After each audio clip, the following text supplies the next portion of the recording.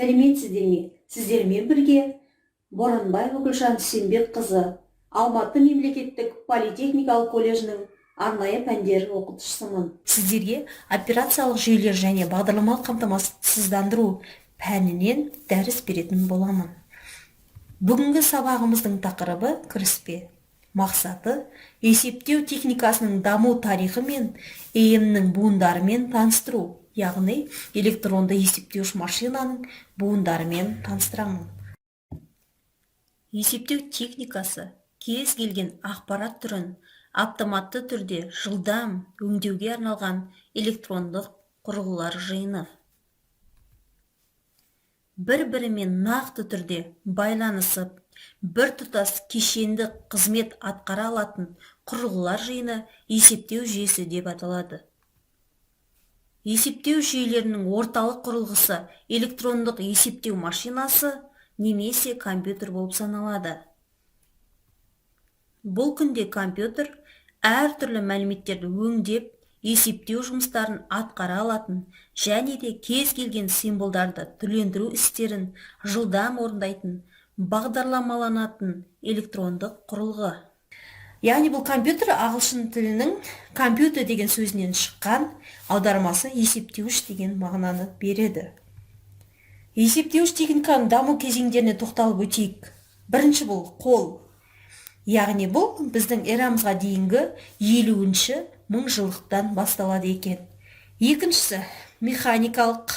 Яғни бұл 17-ші ғасырдың ортасынан бастау алады. Келесі бізде электромеханикалық. Бұл 19-ші ғасырдың 90-шы жылдарынан басталады. Ал келесі электрондық. Яғни бұл 20-шы ғасырдың 40-шы жылдарынан бастау алады. Бірінші есепшоттар бірінші абак деген атпен Батыс Европада 15-16 ғасырларда пайда болды. Яғни мына біз суретте көріп тұрған бұл құрылғы абак деп аталды. Келесі суанпан, яғни бұл Қытайда пайда болды 6-шы ғасырлардан бастап. Міне суретте көріп тұрғандай осы құрылғы. Келесі серобян, Жапония мемлекетінде пайда болды. Бұл 15-16 ғасырларды қамтыды. Яғни мына суретте тұрған есепшотымыз. Келесі есепшот, яғни бұл Ресейде 17-ші ғасырда пайда болды. Яғни біз өзіміздің қолданып жүрген есепшотымызды айтсақ болады. Есептеуіш машиналарға тоқталатын болсақ, логарифм сызғышы, яғни бұл 1761 жылы Робертсон деген ғалым ойлап тапқан, яғни бұның қызметі навигациялық есептеулер жүргізуге арналған. Яғни мына суретте көріп отырған құрылғымыз. Келесі Паскаль машинасы, яғни бұл 1642 жылы Блез Паскаль деген ғалым ойлап тапқан. Яғни мына суретте көріп отырғанымыздай мынау Блез Паскаль машинасы.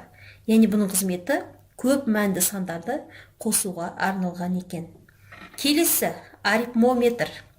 Бұл 1694 жылы Лейбниц деген ғалым ойлап тапқан мына құрылғы. Бұның атқаратын қызметі күрделі қосу мен алу, бөлу, көбейту, квадрат амалдарды орындауға арналған. Келесі машинамыз аналитикалық машина. Мына суретте көріп отырғанымыздай, бұл аналитикалық машина. Бұл 1833 жылы Чарльз Бэббидж ойлап тапқан болатын. Бұл машинаның қызметі қазіргі компьютерге ұқсас болды. Компьютердің атасы деп айтсақ та болады. Келесі біздегі холерит машинасы, яғни 19-ші ғасырдың соңында пайда болды. Герман холерит деген ғалым ойлап тапқан. Сол ғалымның есімімен холерит машинасы деп аталған. Яғни бұның қызметі, біз суретте көріп тұрған машина бізде холерит машинасы. Оның қызметі қандай? Перфорациялау, сұрыптау, қосу, сандық кестелерді басылымға шығару. Осы қызметтерді атқарған екен бұл машина. Келесі бізде Марк 1 машинасы. Мына суретте көріп отырғанымыздай Марк 1 машинасы. Яғни бұл 1944 жылы Говард Айкен деген ғалым ойлап тапқан бұл автоматты есептеуіш машина. Енді осы машиналарға тоқталып өтсек. Яғни Чарльз Бэббидждің аналитикалық машинасы бұл 1833 жылы шыққан. Алғашқы есептеуіш автоматтың авторы Чарльз Бэббидж еді. Сондықтан оны көптеген адамдар қазіргі компьютердің атасы деп атайды.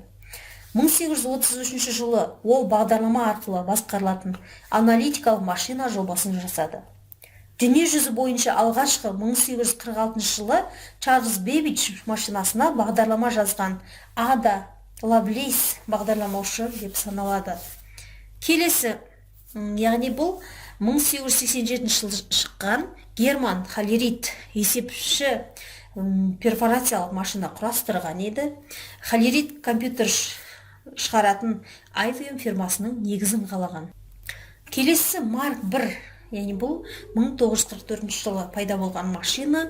Құрастырушы Говард Айкен ақштағы алғашқы автоматты компьютер болып саналады. Ұзындығы 17 метр, салмағы 5 тонна, 75 мың электронды лампадан құрылған, 3000 механикалық реледен тұрады. Көбейту 3 секунд, бөлу 12 секундты алады екен. Енді электронды есептеуіш машина буындарына тоқталып өтейік. Электронды есептеуіш машина буындары, яғни 4 түрге бөлінеді. Бірінші буын, бұл біз жаңа суретте көп тұрғанымыздай электрондық шамдар. Екінші буынымыз, яғни жартылай өткізгіш транзисторлардан құралған. Үшінші буынымыз интегралды схема, ал төртінші буынымыз бұл үлкен интегралды схемалар. Мына суретте көп тұрғанымыздай. Енді әрқайсына тоқталып өтетін болсақ, емнің бірінші буыны, яғни 1946-1958 жылдарды қамтыған екен. Электронды шамдармен жұмыс істеді. Есептеу жылдамдығы секундына 10-20 мың операция орындады. Әр машинаның өз тілі болды. Бұл жерде операциялық жүйелер болған жоқ. Енгізу және шығару ферроленталар, феррокарталар, магнитті таспалармен жұмыс жасаған екен. Келесі екінші буынына тоқталатын болсақ, бұл 1958-1964 жылдарды қамтыған екен. Бұл жерде жартылай өткізгіш элементтер, транзисторлар пайда болған. Жылдамдығы секундына 10-200 мың операция орындаған. Алғашқы операциялық жүйелер, яғни алғашқы программалау тілдері Портран, Алголь деген жаңағы бағдарламалау тілдерін пайдаланған екен. Мәліметтер сақтау құрылғылары, яғни магниттік барабандар, магниттік дискілер пайдаланған екен. Емнің үшінші буыны, яғни 1965 пен 1980 жылдарды қамтыған. Бұл жерде интегралды микросхемалар пайда болды. Есептеу жылдамдығы секундына 1 миллион операцияға дейін орындады. Жедел жад 100-ге мың байттан құралған екен. Операциялық жүйелер жадты, құрылғыларды, процессор уақытын басқарған екен. Программалау тілдері, яғни бағдарламалау тілдері Basic, Pascal, C деген тілдерді пайдаланған екен. Және тағы бір айтып кететін жағдай, программалар үйлесімділігі. Біздің келесі төртінші буынымыз 1972 жылдан бастап қазіргі уақытқа дейінгі уақытты қамтиды. Үлкен және аса үлкен интегралды схемаларды пайдаланды. Дербес компьютерлер пайда болды. Қарапайым пайдаланушылардың пайда болуы графикалық интерфейстің қажеттілігі болды. Әрекет ету жылдамдығы секундына 1 миллиард операциядан жоғары болды. Оперативті жад бірнеше гигабайттан құралды. Көп процессорлық жүйе, компьютерлік жүйелер, мультимедиа мүмкіндіктері, графика, анимация, дыбыс. Міне осылар пайда болған екен.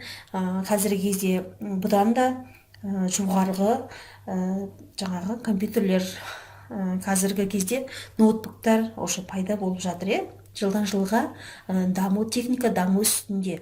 Үйге тапсырма, есептеуіш машиналарға зерттеу жасау, айырмашылығы, артықшылығы. Яғни мен бірнеше машиналарды атап өттім. Тағы да айтылмай қалған машиналарды зерттеп, соларға талдау жасап, айырмашылығын, артықшылығын табуымыз керек. Және осы тақырыпқа байланысты презентация жасауымыз керек. Бүгінгі сабағымыз осымен аяқталды. Келесі кездескенше сау болыңыздар.